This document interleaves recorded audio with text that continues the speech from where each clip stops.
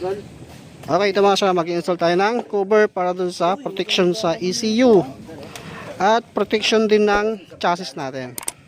Ito.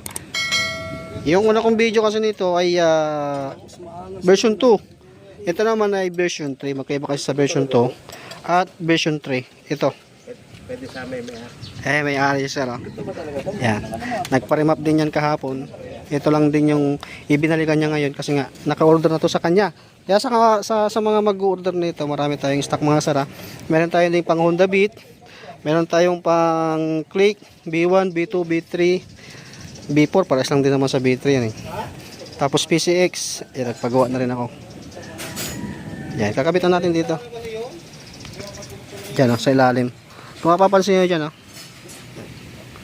yan, diba? Lalo kung nakababa na to, kita na yung mga wire. Yan yung purpose nito, matatakpan yan doon.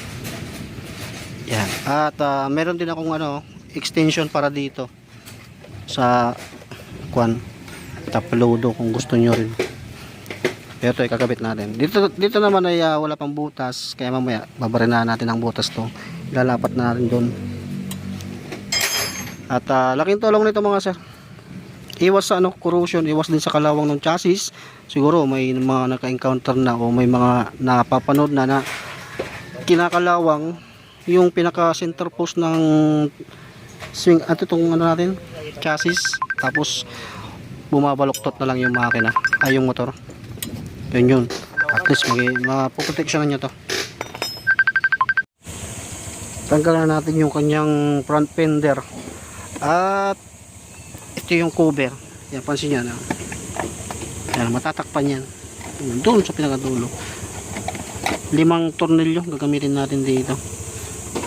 Yan, 2 dito sa gilid, isa sa gitna, sa baba, tapos 2 din sa sa gilid. Ganyan magiging forma yan. Yan, pansin nyo. Yan, nakatago na yung mga wire nya. Hindi na siya pansinin. Yan, yan ang purpose niyan.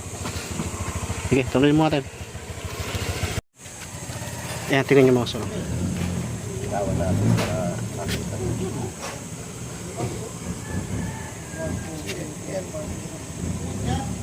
Okay.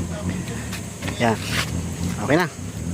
Ayan, kaganda mga sir pagka pagka mayroon sa ganyan. Ang purpose naman natin yan, kaya naglalagay tayo yan. Protection ng wire. Chassis na rin kasi alam nyo naman, bihirang malinisan yung chassis dyan, yung pinaka center post nung chassis. Okay, kabit ko na.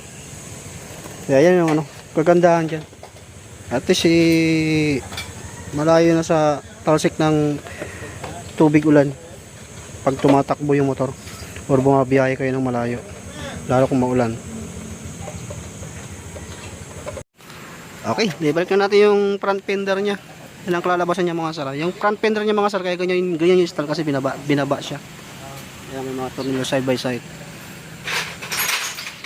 Yan, marami pa tayong stock niyan mga sir. Kung gusto niyo magpa-install niyan, marami tayong stock. Yan, okay na.